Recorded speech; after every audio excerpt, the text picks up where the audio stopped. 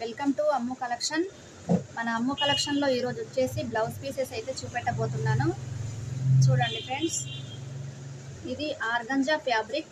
Organza పైన చమ్కీతో work వచ్చింది friends. ఓకేనా, ఇది బయట వచ్చేసి మనకు 200 రూపీస్, కానీ నేను ఆషాఢం ఆఫర్లో 150కే ఇస్తున్నాను ఫ్రెండ్స్. ఓకేనా, ఏ బ్లౌజ్ పీస్ నచ్చినా నా నెంబర్కి అయితే